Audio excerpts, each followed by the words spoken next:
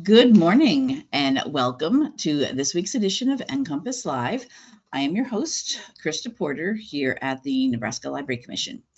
NCompass Live is the Commission's weekly webinar series where we cover a variety of topics that may be of interest to libraries. We broadcast the show live every Wednesday morning at 10 a.m. Central Time, but if you're unable to join us on Wednesdays, that's fine. We do record the show as we are doing today, and it will be available in our show archives for you to watch later at your convenience. And I will show you at the end of today's show where you can access all of those show recordings. Both the live show and the recordings are free and open to anyone to watch. So please do share with your friends, family, neighbors, colleagues, anyone you think would be interested in any of the topics we have on NCompass Live. For those of you joining us who are not from Nebraska, the Nebraska Library Commission is the state agency for libraries in Nebraska. So similar to your whatever state library. So we provide training and consulting and databases and grants and resources to all types of libraries in the state. So you will find shows on NCompass Live for all types of libraries. Public, academic, K-12, corrections, museums, historical societies, et cetera. Really, our only criteria is that something to do with libraries. We bring in guest speakers sometimes to talk and present on cool things they're doing in their libraries. But we also have Nebraska Library Commission staff that do presentations for us, and that's what we have today. It is the last Wednesday of the month, so that means it is Pretty Sweet Tech Day. Yay! Amanda Sweet is our technology innovation librarian here at the Nebraska Library Commission, and almost every month, the last Wednesday of the month, except for a few when she's off at a conference or something, gathering more great tech information for us. Amanda comes on as a presentation about something techie related. We have sessions other times of the month that are also about techie, but technology things, but you can always depend on Amanda to be here on the last Wednesday of the month. And this month, today, she's talking about a new initiative, statewide initiative we are doing here in Nebraska for making our, helping our librarians be tech ready. So I'm just going to hand it over to you, Amanda, to tell us about everything that we're doing here with our new Tech Ready Nation. And you'll see that the cover slide on here says Tech and Digital Skill Workshop, but that's mostly because I was too lazy to make a separate slide deck. It's most of the same stuff anyway. Who cares? So I've been going around the state and kind of just talking to a whole bunch of different people and starting to gather more information about what libraries are already doing, because I was talking to some of the entrepreneur community, the business community, and the nonprofit community, and all these different organizations across the state. And no one really knows what the library does with technology. I mean, that's been it's been a problem for a while that the library got pigeonholed into the place of books. And then people don't really look at it as, some people do, some people know the magic of the ways that libraries offer technology. But even when I was talking to other state agencies and other groups that libraries actually do collaborate with, sometimes a lot of them still didn't actually know about, they knew about the computer labs that were going out, and they knew that you can go in and kind of sit down and print something maybe, but they didn't know about some of the events and workshops and STEM and STEAM activities. Most of them didn't know that libraries had like a little robot that was kind of chilling in the corner that you could use. And there were just so many different things that people didn't know about. So it's surprising. I mean, I guess I'm coming from the inside, but considering all the things for, I don't know, as long as I've been doing library stuff in the library world, it's been something libraries do at some level. But with all of the maker spaces that libraries have now and push, it's sad that people don't know about it. In their communities, they might know about it, but the organizations or groups we might want to partner with. Yeah. Always got to keep reminding people, I guess. There's always going to be someone new who has never heard about it because they weren't there when we promoted it 5 years ago or whatever. Yeah. And some people to an extent know the value of the library, but they also don't know the information side. Like the entrepreneur side hadn't really thought about maybe starting a book group using libraries, like setting up book club kits that were for entrepreneurial focus, Yeah. or for a tech focus, or for tracking new trends. And so there were other groups in the community that were actually going out of their way to set up book lending programs and to start book discussion groups. And I'm like, the library totally already does Libraries. that. I'm like, what are you doing here? I Just mean, check we out try the to say book. libraries aren't just about books, but in this case, yeah. Yeah. And then once I said the library has books, they were like, "Oh yeah," and I was like, "Oh no." You know, We'll get them there. It's all right. it's like it's okay, it'll be fine. So I started kind of going around and saying, okay, how can we reframe and start to upgrade and update the story of technology across the state? And so I started putting together all of this information and gathering this stuff. And then I found out that libraries are kind of still tracking the trends and still need to be updated. And then the rest of the world needs to be updated on what libraries are already doing. And so then as I started talking to all these different libraries, I kind of figured out which services were missing and kind of how all the different pieces put together. And so the first part of it took a while to actually put together the current resources that are available to libraries.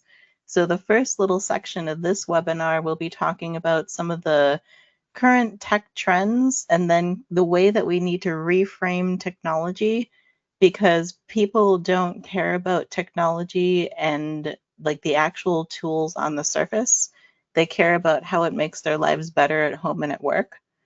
So it's more like reframing how we offer those services and how we structure. Just don't say technology and digital skills ever, and you'll be fine. Which seems counterintuitive, but I'll explain why. So once I talk about some of those current tech trends and what's going on, I'll talk about um, I guess it's technically a new navigator model, but the navigator model is actually based on what libraries and schools and educators have been doing for like decades plus. So even if you don't have what is technically a navigator model, you probably have a navigator program.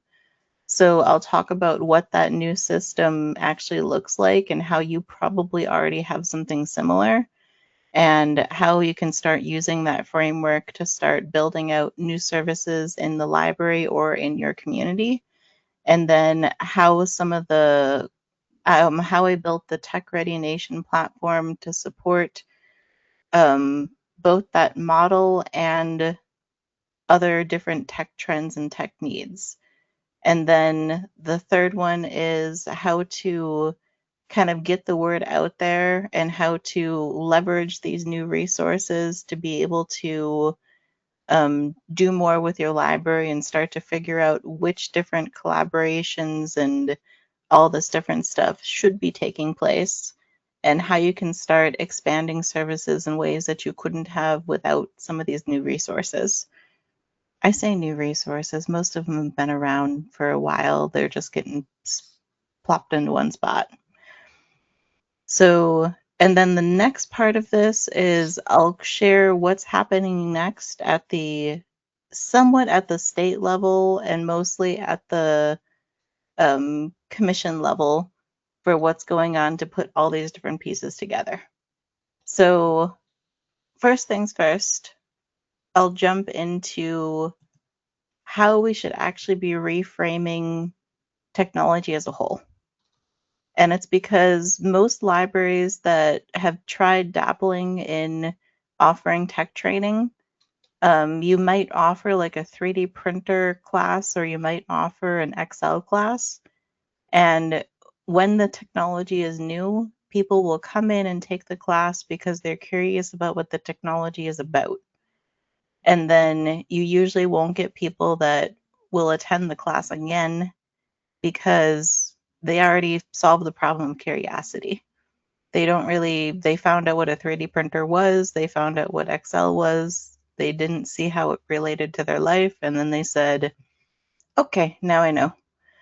But when you start introducing this technology in context and saying you can use a 3D printer to print like a customized spoon rest that you can sit on top of your oven, you maybe don't want to do that because PLA will melt if you sit it on top of an oven. But first of all, yeah, but you can make the spoon rest that sits on the counter next to the oven. And then you can start saying these are some different ways that this technology is being used to actually solve problems. So the library might actually look for technology and resources based on the technology tool itself. So you might look for Excel or Microsoft Word or things like that. But your patrons are actually looking for, give me a class on how to build a budget, and that budget class just happens to use Google Sheets, or that budgeting class just happens to use Excel. So the tool is not the primary focus. Solving the problem is. So what I've been running into is that there's a whole lot of digital literacy certifications and digital literacy courses, but there's no one little pack that will say you need to learn this pack of skills to be able to get through life. And there are some schools that say you need to know how to use a computer, you need to know how to use Microsoft Word, you need to know how to use all this different stuff, but not everybody does. And even if you learn all this different stuff all in one go just to earn a certificate or go through some sort of course material, a lot of times you won't actually use it in practice.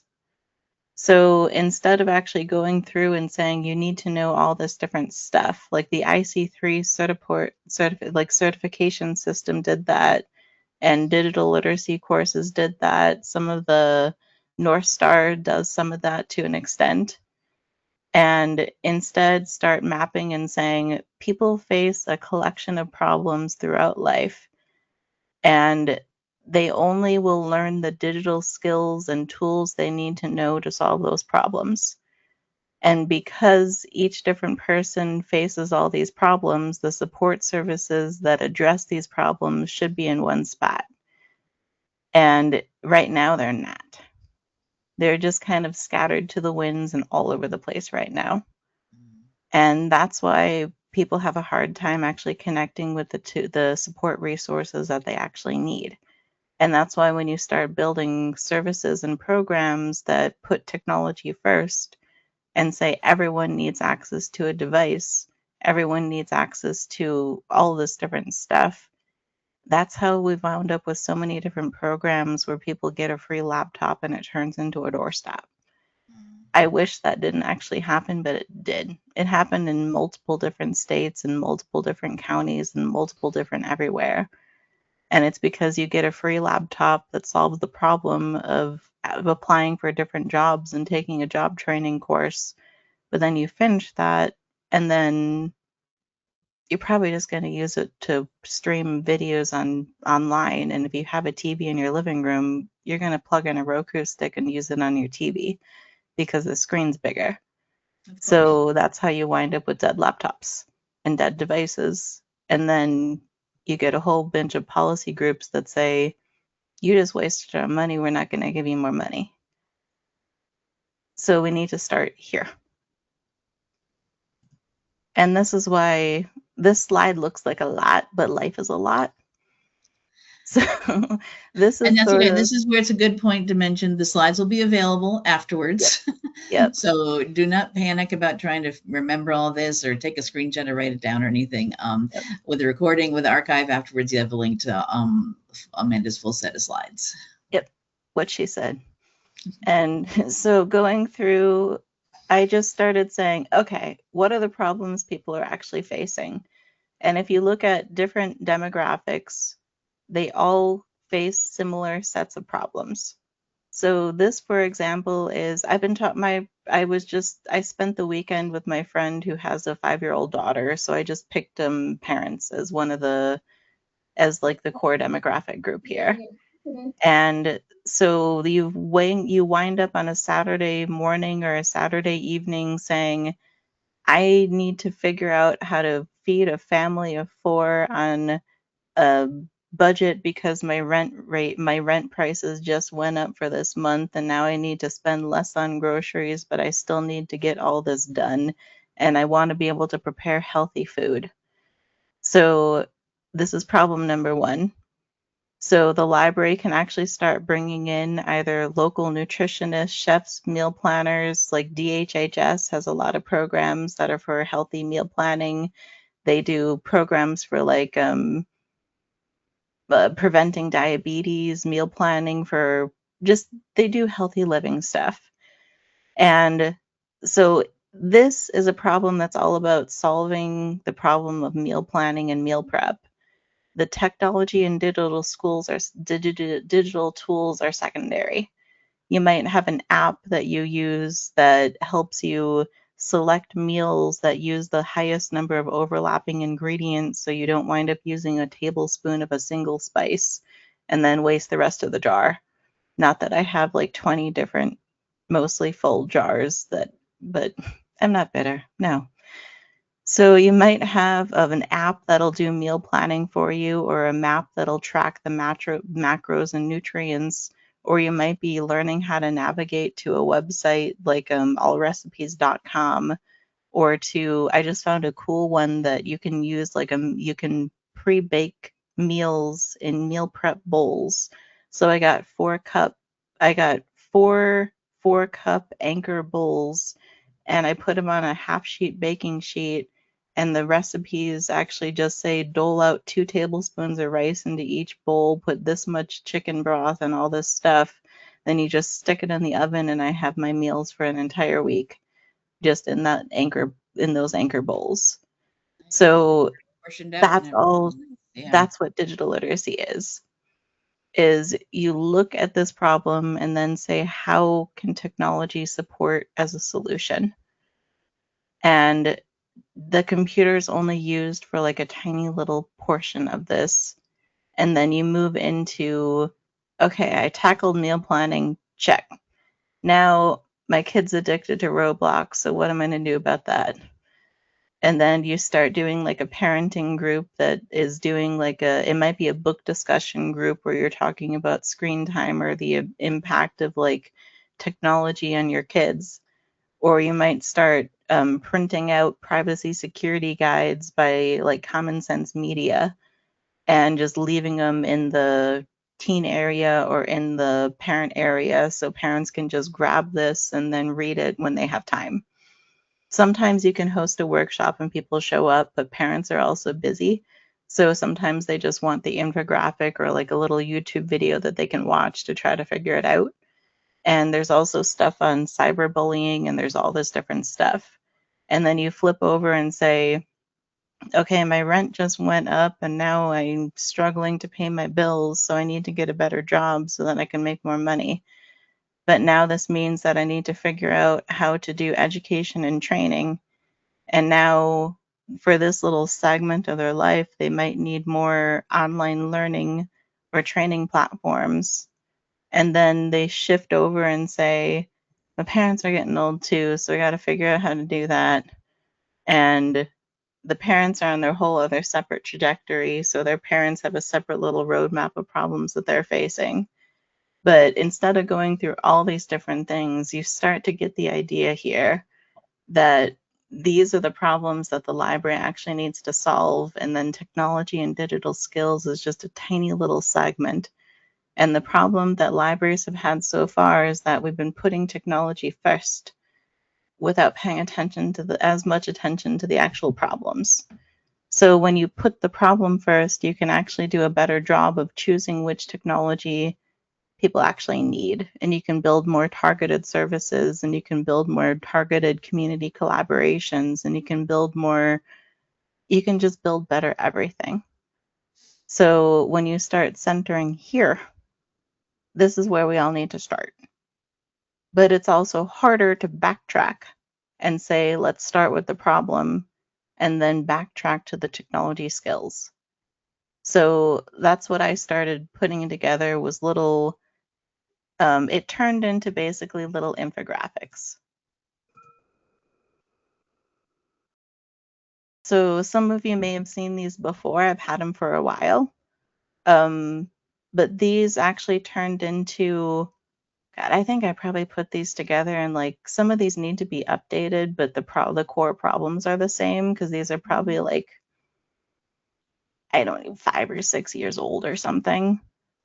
But I've had them for a while. But so these are basically, let's look at the problem. Now let's look at the questions and the challenges that people are actually facing. And then in the platform, eventually these will click over to the actual tutorials, resources, and tools people actually need to be able to solve this problem. So at this point right now, there is a bunch of these infographics that say, here is the core problem that people care about, that people are facing. Let's break it down into the little chunkers of the actual tasks and things that people are trying to solve. And then you jump over into here. And right now, this is the Tech Ready Nation Resource Hub that I've been building for like a while. Like the core foundation of this probably started years ago, and then I just started recently putting it together into one spot. And then this resource hub has all of the different scattered tools and resources. So if you go over into like computer and device basics and then apply filters, these will actually shoot over to the tablets and like how to set up your computer, how to use Zoom, how to do all this different stuff. But this Zoom guide also syncs over into how to use Zoom to connect with friends and family, how to use Zoom to look to get a new job and learn interview skills, how to use Zoom for tutorials and training when you're learning a new hobby. So all of these different little disjointed skills tie into a larger problem. So this is actually what is the hardest thing to do, is actually building the back end of this so that all of this actually syncs up together. And this is actually the front end and like the navigation that people need to make sense of technology. It only took for frickin' ever to actually put all the pieces together, but it got there. And so this is starting with the problem, and then technology is just a little tool to solve a problem. That's all it is. It's not the core focus. It's not everything that the world needs. And when libraries are actually building these solutions and building this, there's only a certain role that the library plays in the larger, in the bigger picture. So this is where we actually start to bleed over into, what is a navigator program? What does this look like in context for the library, for community partners, for community everything? And how can we start to do something with this disjointed mess? So the problem is that our communities are facing too many problems in one go, and libraries can't be expected to be all the everything for everybody, even though it seems like communities expect them to be, and then it's a whole thing. And then the second thing is that if the library were to develop support resources for all of these different problems, you might only have 1 or 2 people coming in per week or per month asking for a solution to these specific problems. Ever so often you get lucky and there's a whole group of people that all walk in, like you have like a parent coalition that says, our kids need to stay away from Roblox at least for a week. And so every so often you find that. But instead, it's usually a scattered shot, like a scatter shot of 1 or 2 people. And so now libraries are not going to they should not be expected to build the resources for all the everything.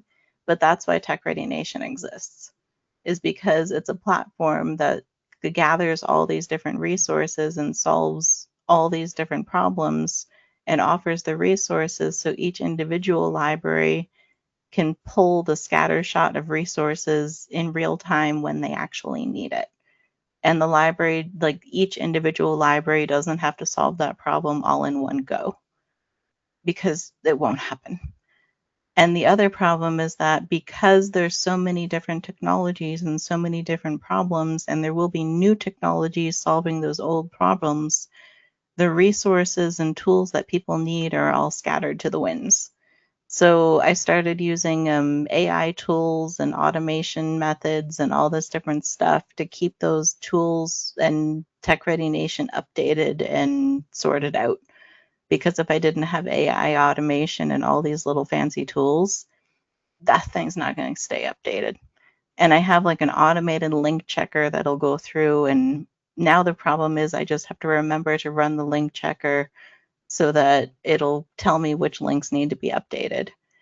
And so all of this is to make sure that the overloaded, overworked librarian can actually offer the tools that make the library add greater value to the community without putting too much on the library.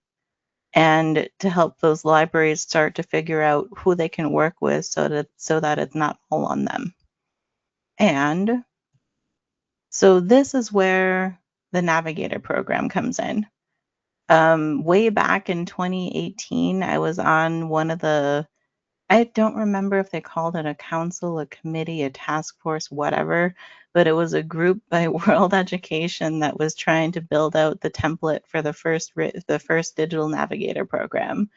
So I was on that council committee, whatever you want to call it. And that was when I was first starting out with this.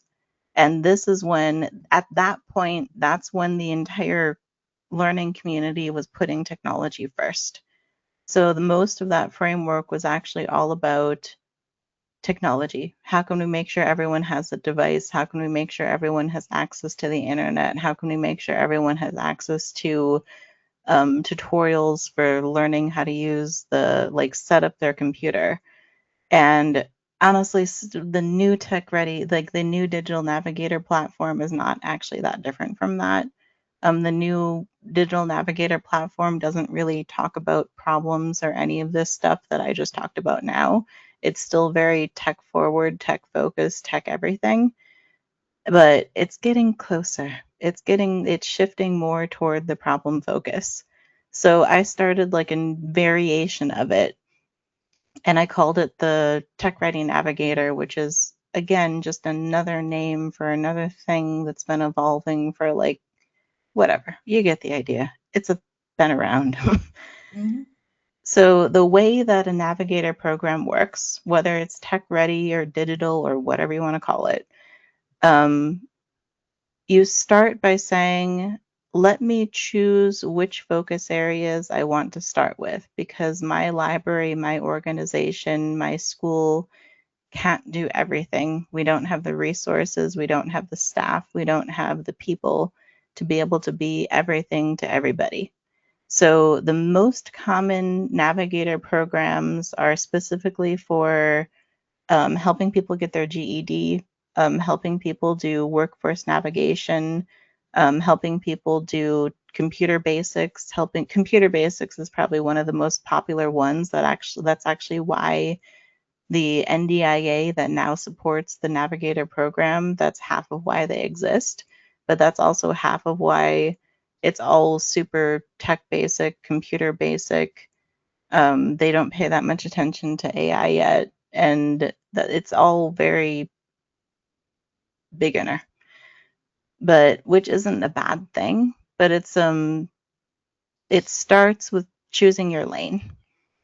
And the thing is that when I looked at the examples of current navigator programs and I saw that it was all about get your GED, get your workforce navigator, and I'm like, call it a navigator, call it what you will, but there have been GED support programs and test proctoring support.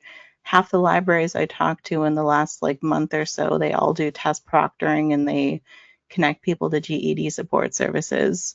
So I'm like, call it a navigator, call it what you will. It's just pick a problem, and that's how you're starting to solve it, and that's how you're using tech.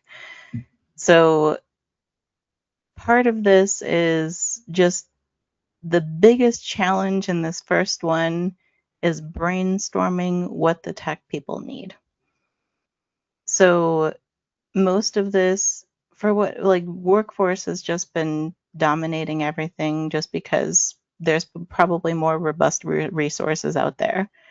But whatever demographic you choose, the next step of it is to find the resources that you actually want to use to be able to train your staff and connect your community to get help.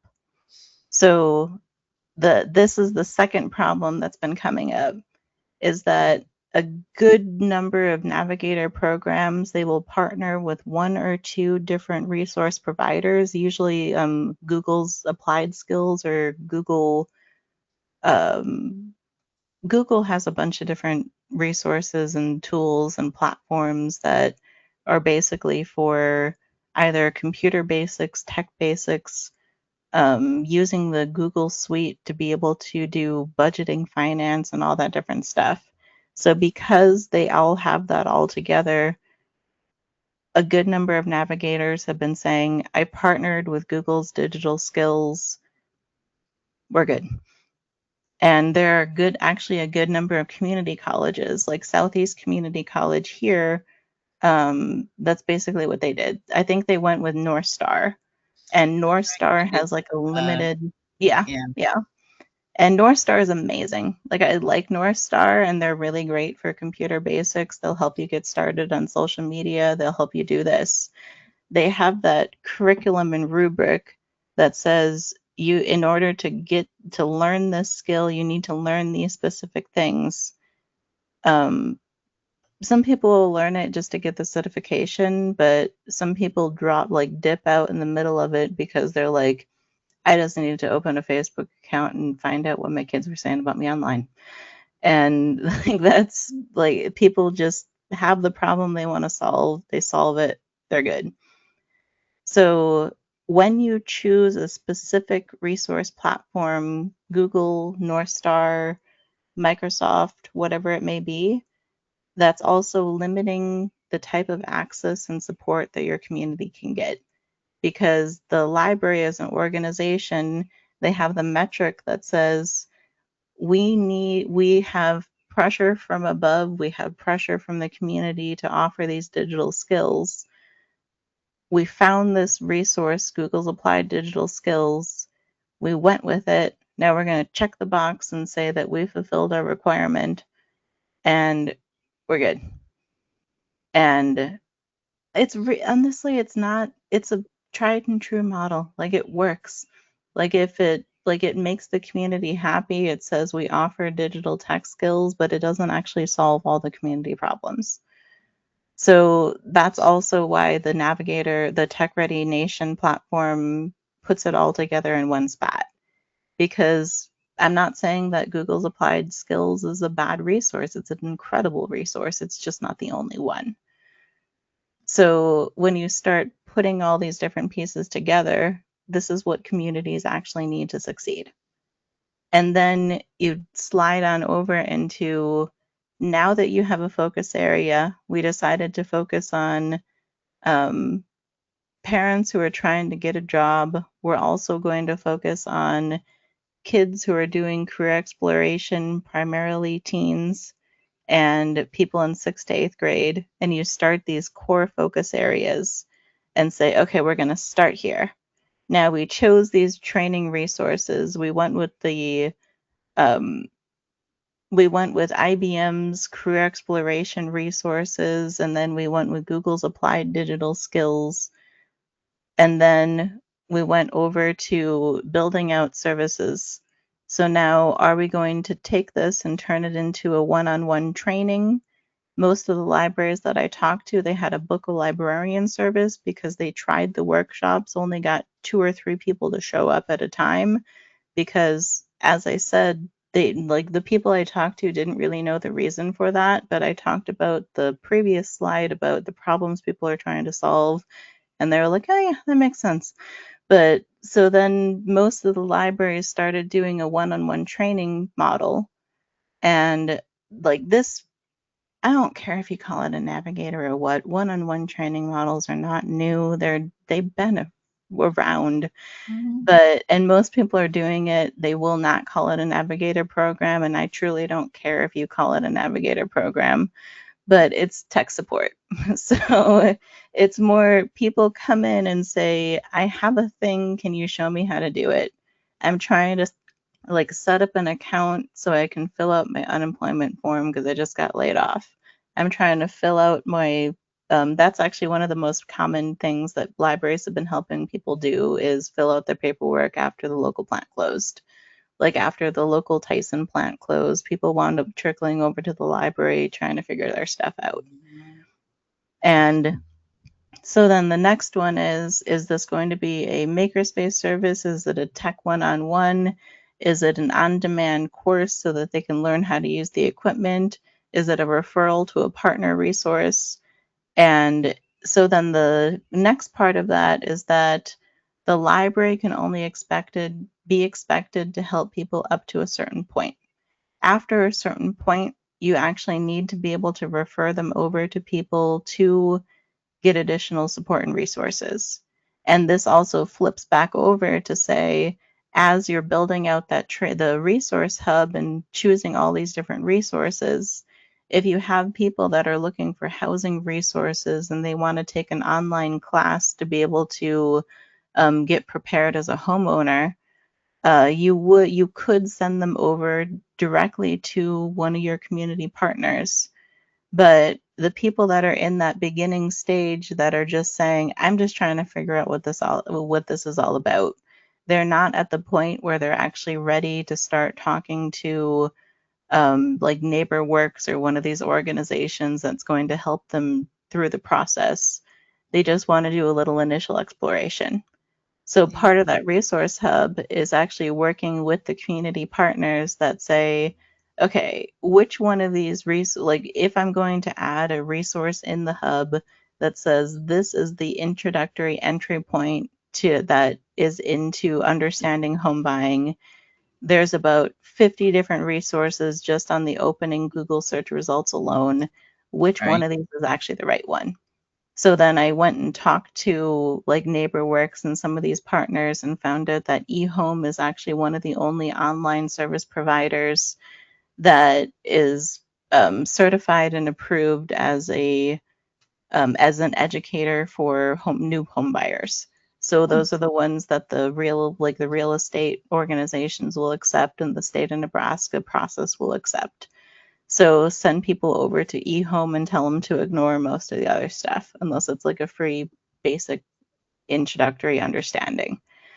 So part of that is all of this starts to loop together to say, you as a library, you as a community partner, you as whatever type of organization you're rooted in, you have to figure out what your role is in solving that problem, figure out what you can do to be able to offer support, where you have to draw the line to say, I can only help you set up the account. I'm not qualified to be able to tell you the best practices in actually building the resume, but I can guide you to the right tool that was recommended by a partner organization to be able to build the resume yourself. And I can help you set up the account. I can help you find the right tutorial, and I can help refer you over to the right person in a partner organization if you actually need one-on-one guidance in the specialized thing. And libraries have been helping with tax support. They've been doing the same process for probably decades plus. So it's just do the thing that you already do, but do it with more different problems and do it in the context of these new tools. And that's pretty much it. So the problem is that now this is how a navigator program works. If you start by choosing the initial focus areas it still means that you have a bunch of different groups. Like you have one group in the library that's focused on these problems. You might have another group that's focused on workforce. So now you wind up with a network of navigators. And now you need to figure out in your community, look at the core set of problems that your entire community is facing. Do you have a network? Do you have at least one navigator? And do you have an identified set of partners and collaborators that are working on this stuff? And how do you navigate the network of navigators to be able to get people the support they need?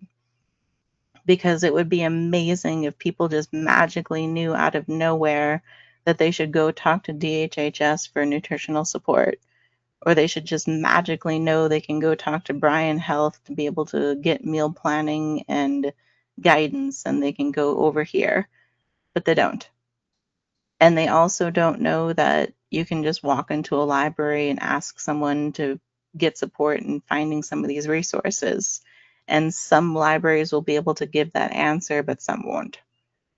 So we need more entry points into being able to navigate these resources. But now there's also libraries that are serving as navigators, but then there's also a statewide network of navigators that is helping with resource navigation. United Way helps with resource navigation if you call 211. So there's all these different mess of people that are trying to help, but then no one can find the navigators, and then no one can find the actual end result organization. So you need more entry points that say, just go here and ask somebody. It might be a flyer on a laundromat wall. It might be a flyer on like a childcare. I don't have kids, but you know, the daycare. Daycare is the word that I'm looking for here. You know, it might be a flyer on the wall there, but it's just helping people know that if you're trying to navigate the network of navigators, ask a librarian. But first, you need to be able to prepare that librarian with the right information. And that is eventually where Tech Ready Nation will land. But it just takes time and it takes a village, which brings me to the next point. Oh, I missed this one. So in the background of all of this is that if you actually want to be able to offer all of this different stuff and solve these different problems, you also need to be able to build the right infrastructure on the back end. So the library and the support navigators and networks, they also need access to internet. That's where Krista comes in with E-rate. That's where the schools start to come in with providing access. That's where you start setting up the hotspot so you can drive up to the library after hours and still get connected. This is where you start building that foundation of, can you get access to internet at home? Can you send like a hotspot lending program? And can you get money to do those programs? And then once you have access to the internet, it's great if you have access to a smartphone, but there are some training portals and some websites that just don't work very well on a smartphone. There are some activities and support services you can't access directly from a smartphone. Even though there's an app for most things, there is not an app for everything. And if you try to take a course for 1 or 2 or 3 hours just on your phone, you start to get eye strain. You start to miss features that only show up on the desktop version. So now you start needing to get that device access. And that's what the point where you can start justifying doing a tech lending or a device access program. Like DoSpace out of Omaha did a device handout program. They got access to, like, I forget how many different devices, but it was hundreds of devices. And then they set up a qualifying criteria and just gave devices to people. And if you choose the wrong device, like if you choose a Chromebook that is low cost online, and then you find out that you just gave people a free Chromebook, but then that the operating system is only supported for another year or two, and then it's not being updated. Now you just gave someone a device that is going to have like cybersecurity issues in like the next year or two. So if you choose that wrong device, you start out by trying to do something good, and then you open up like a cyber attack issue in like a year or two. And if people aren't paying attention to that, they will use that device for as long as it will power on. And there are libraries that run into that issue too, because was it the BTOP grant, that one?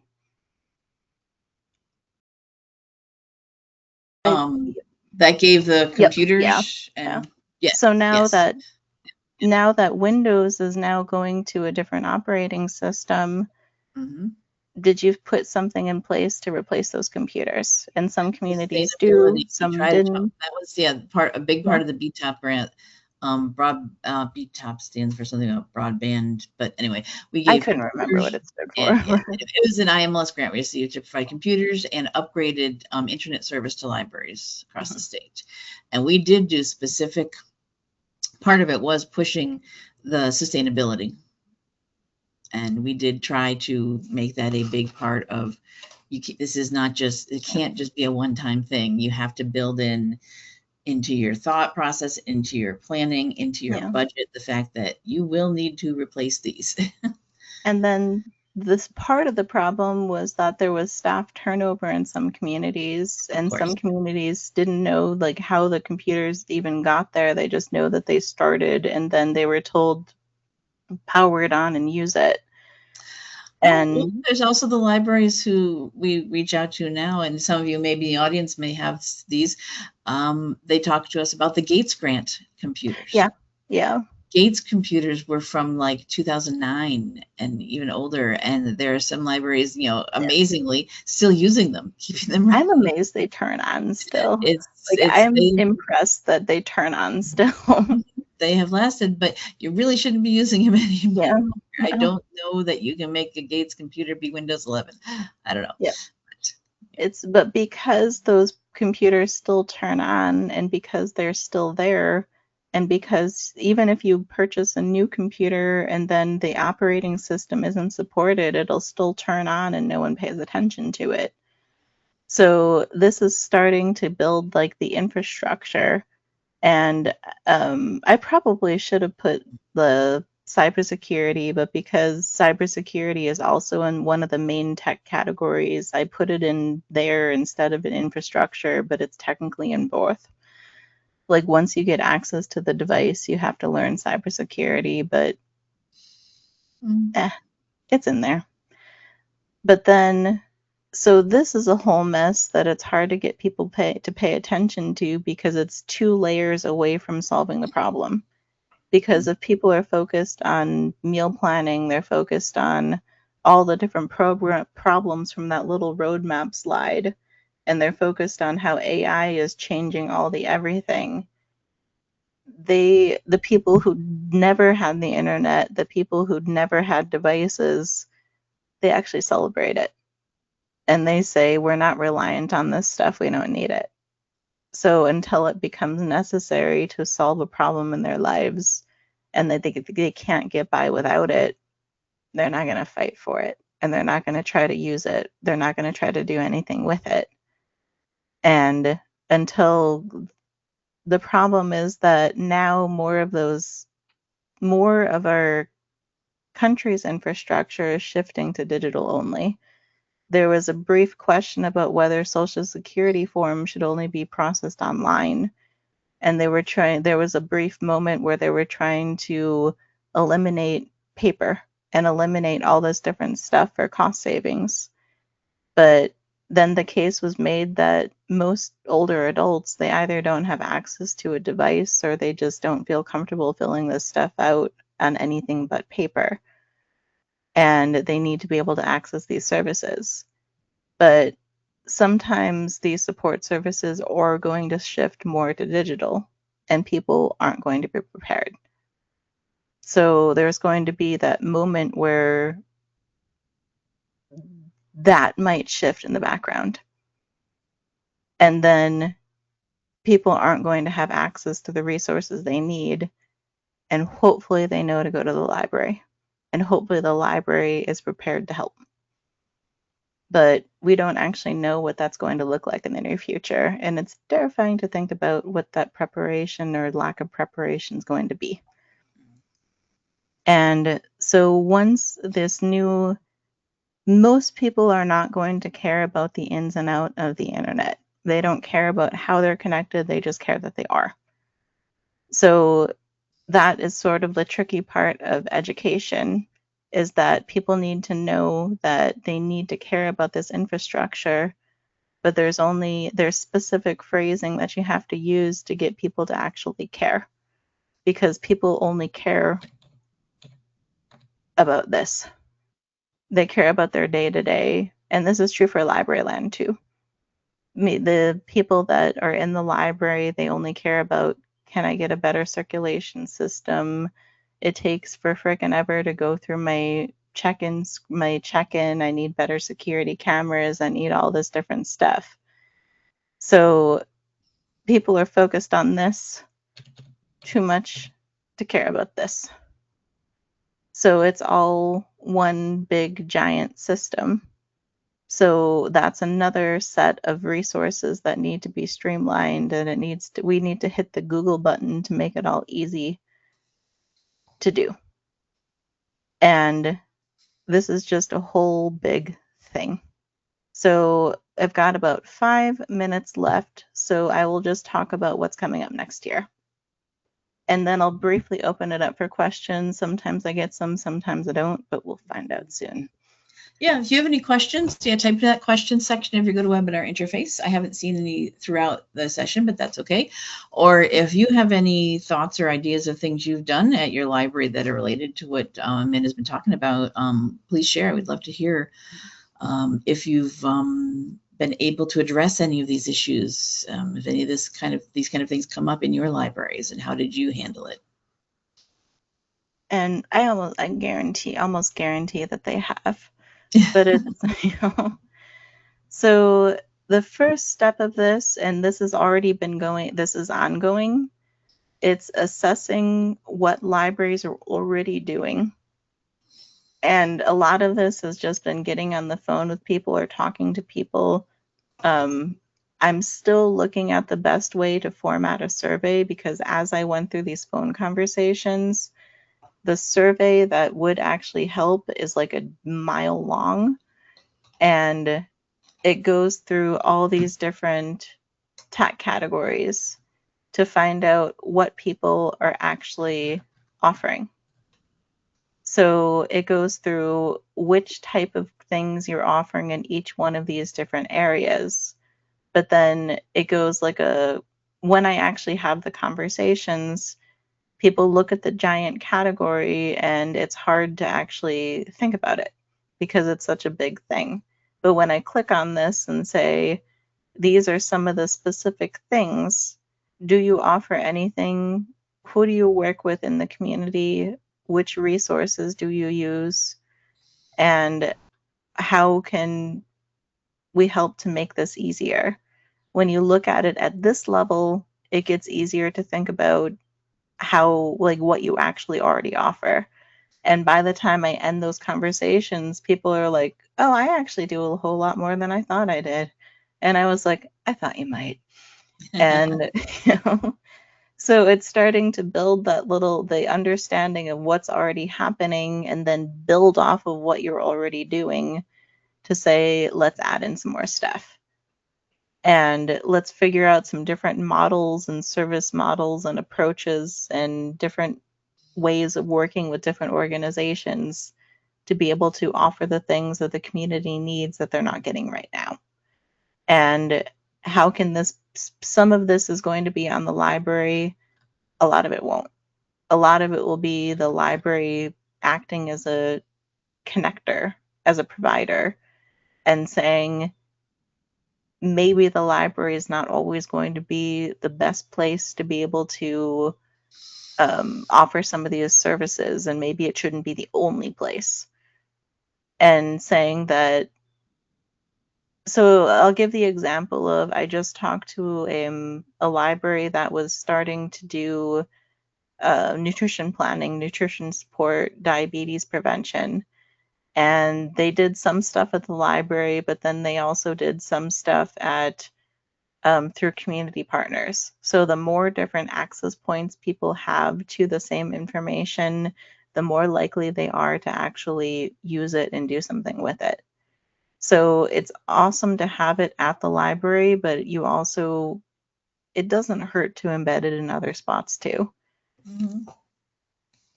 And so let me jump into back to my slides.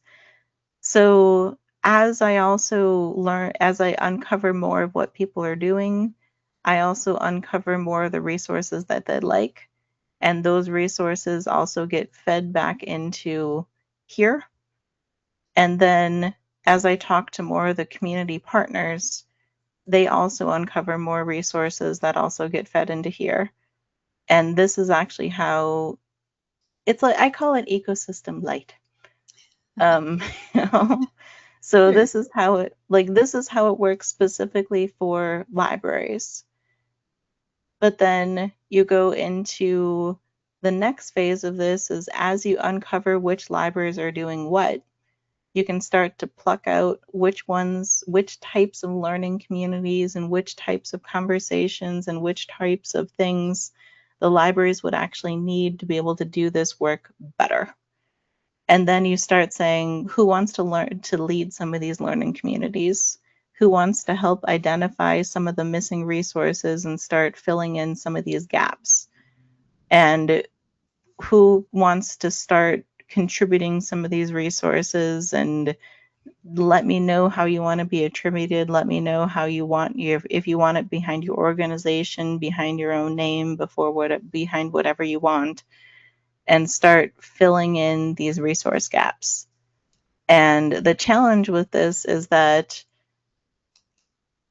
libraries and their community partners, they tend to build the same resources over and over and over again. Mm-hmm. So at a certain point, I have to put out a resource evaluation metric that says I would love to feature every single resource that's in there, but I just got 20 different resources for how to offer resume support, and I need to pick one or two. And or I'm going to ask that the learning community go through and say, let's look at these 5 different versions and make one overarching version. So I don't want people to feel bad if their specific resource didn't get added. It's not because it's a bad resource. It's not because it's, and in some cases, people are at different stages of learning too. So there might be one resource that was put together by a beginner and another one that was put together by someone who's been doing it forever and a day. And unfortunately, you're probably going to wind up using the one that's made by the one who has been doing it forever and a day instead of the one that you can tell is just kind of learning. And that was one of the feedback things that came through when actually talking to the other community organizations is that all of the different resources generated, you can tell that everyone's at a different stage of learning. And you can tell that some of the AI workshops, some of them are made by experts, some of them are made by people that are just learning. And it helps to actually make those workshops and make those everything when you are learning, but it doesn't necessarily get added into the main resource hub. So it's a tricky little thing where when you start getting that much stuff and there's so many resources, there has to be a point where you have to evaluate them and say, I'm just going to pick these 3. And it's a tricky thing to navigate, but every resource hub and every contribution portal and every forum runs into that problem eventually.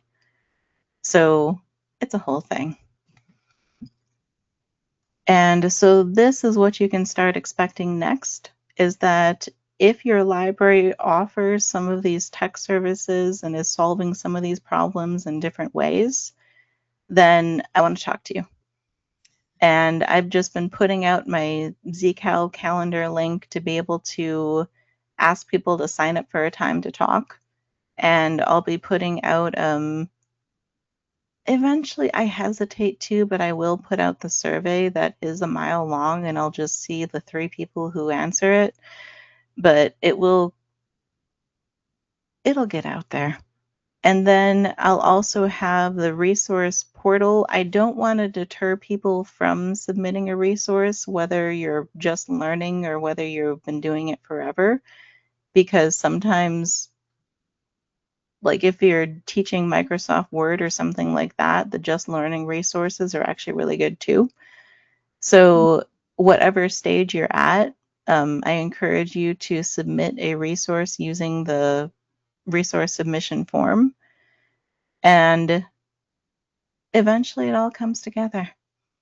The later stage will be putting out starting the learning communities, because I also, there have been mistakes with, you can't just ask anyone to start a learning community, because that's also how you accidentally spread misinformation. Because if you have, that happened with makerspaces too. You had people that started to set up laser cutters, and they said, oh, we found out that there was this space requirement that actually met everything. But then when I asked them about ventilation and found out it was in a windowless study room, and there was no mechanism in place to prevent people from accidentally bringing in materials that were coated in different sprays and chemicals. Like they were allowing people to bring in their own wood and bring in their own everything. Oh, yeah, But that could be dangerous. Yes, but yes. if you store wood in a barn and then spray with spray paint in another area, and those particulates get onto that wood, then you bring that piece of wood that looks clean, but then you run it through a laser cutter that's in a study room that has no ventilation, and then there's a chemical reaction, then that's when you run into problems. And if you have a learning community that says, oh yeah, I set up this laser cutter and these are the requirements, and I set it up in the study room, it was just enough space, people can still get in there. And then you need that, like the person at the next level of learning to come in and say, maybe don't do that. You know? Yeah. So yeah, I expect those learning communities to be at every stage of learning, but there needs to be a moderator and a facilitator that really knows their stuff to go through and say, maybe we're just not going to take this comment off of here, and we're going to correct this because this is not safe and this is not something that we want to be encouraging other people to learn. Yeah. So, and that's just a fact of life. That's how it happens. And then you go into, so these two will be something that need to be heavily moderated. But that's what's coming down the pipeline. And this part of what's happening in library land is just like another little slice of what's happening at the state level with building ecosystems and building all this different stuff. But that part of ecosystem at the state level, is not something that actually is part of the context of this webinar. That's probably a whole different webinar. That'll be another But one.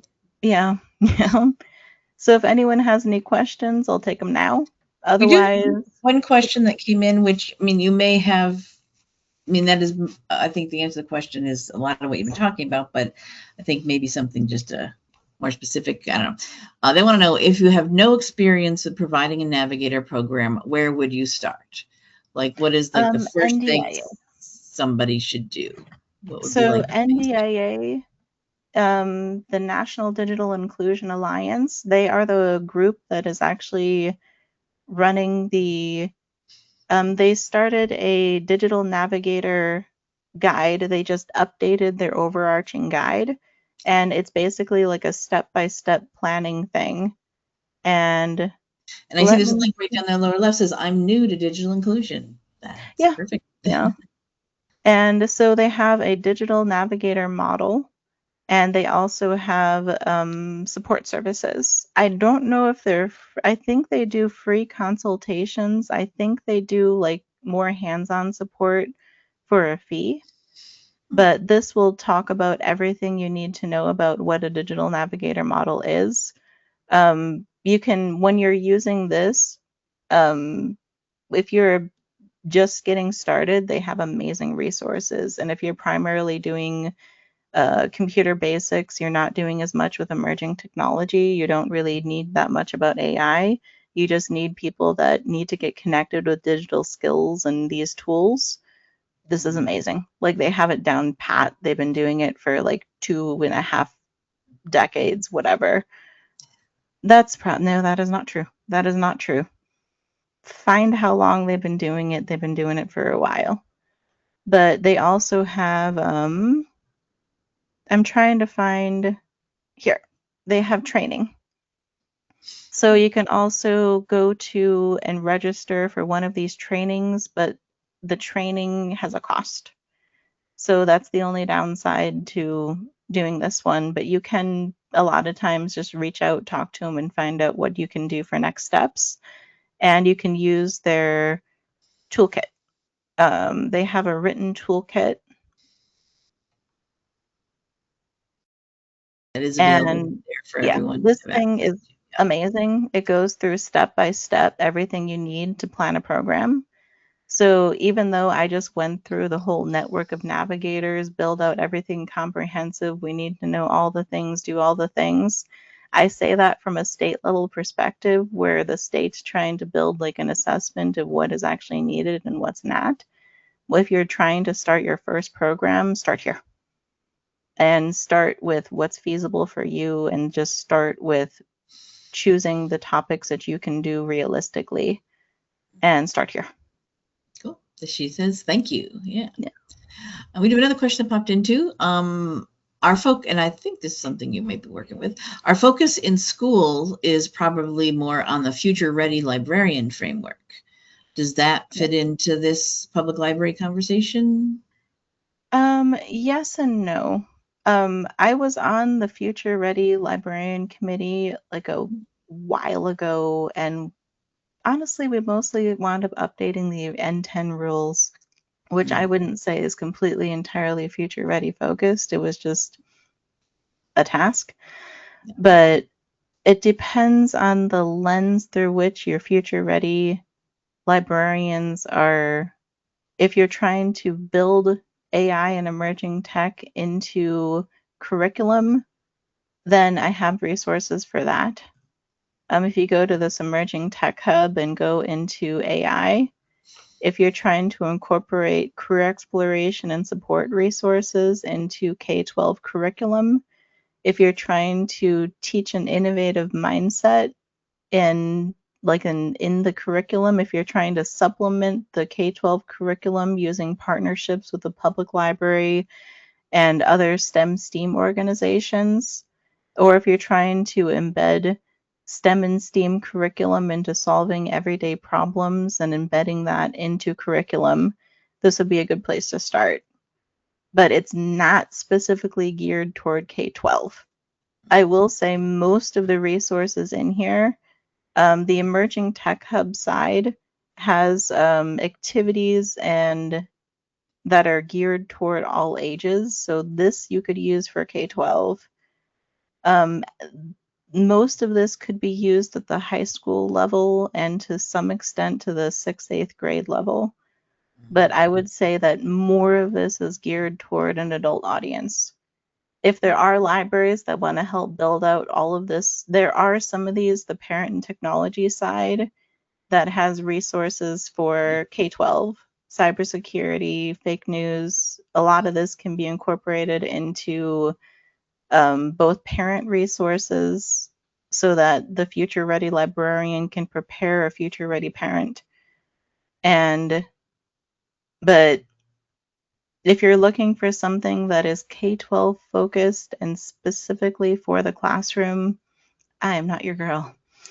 That's there are better people for that. So no problem. Yeah. All right. That was a couple of questions that did come in. I will say that if there are libraries out there that would like to take the look at all of these different problems through the lens of K-12 and for kids, I'm all for it. But yeah, that's not me. Hopefully that maybe be something that a Department of Education in the state would be providing for the schools. And that's what, and that I left it to them because they know curriculum, they know all of that. So I'm leaving that to them. Perfect.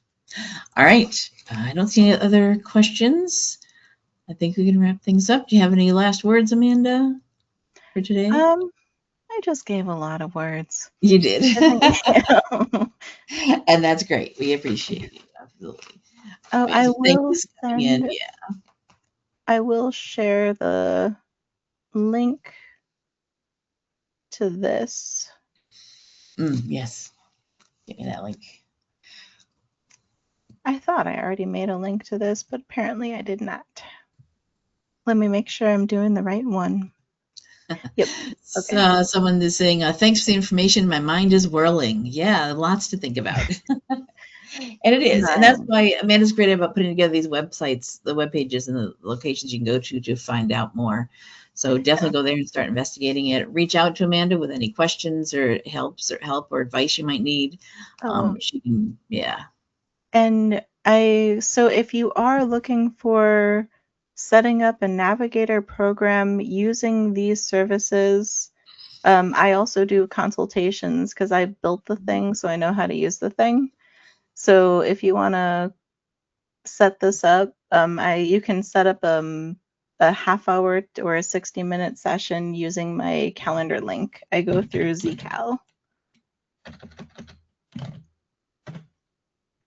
And you can say that you want a Tech Ready info session. And I can help you set up a navigator program, assess your current resources, and do all the things. Yeah. And I will put that into the chat, but then I'll also put it into a slide in the slide deck. So that is my info. Yeah. Yep. So that is my calendar. Oh, it says hidden while screen sharing, which is an interesting thing. I guess I will stop. What's hidden by the screen? Well, I got the chat.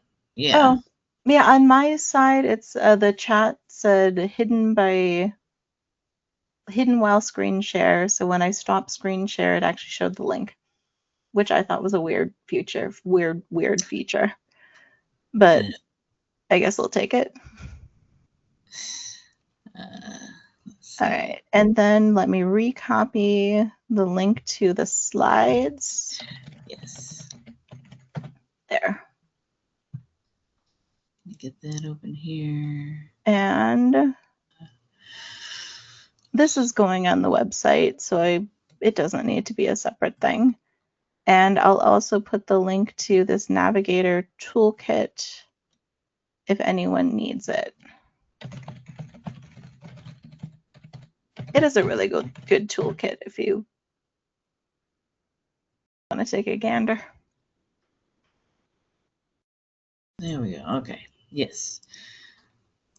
All right. I'm going to bring up my screen here. And the last one is the link to Nation.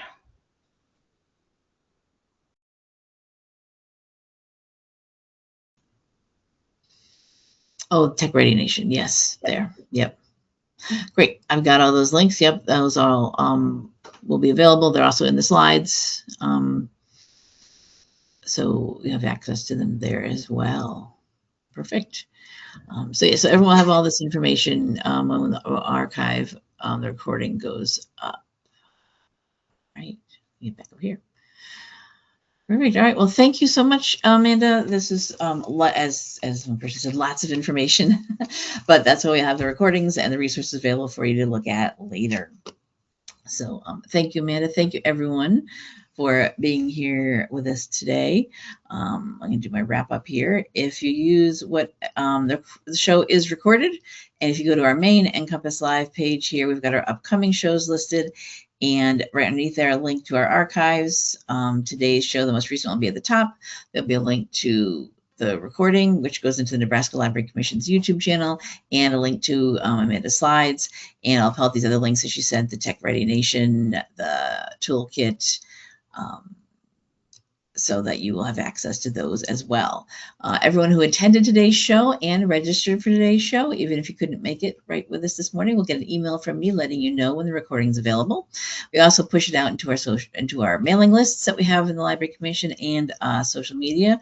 We have a Facebook page for NCompass Live. If you like to use Facebook, give us a like.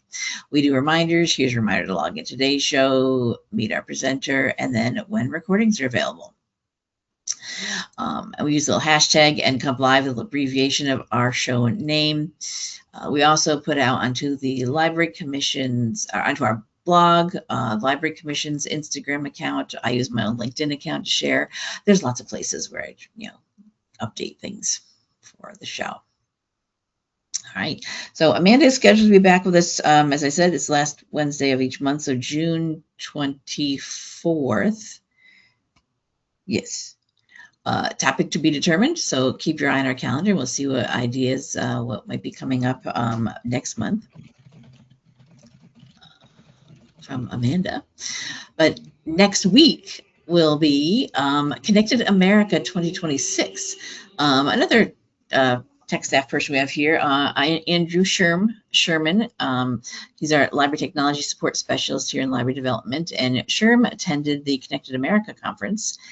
And he wants to share with everyone the things that he learned there. A lot of technology, broadband, kind of things. One of those think outside the box for libraries type of event.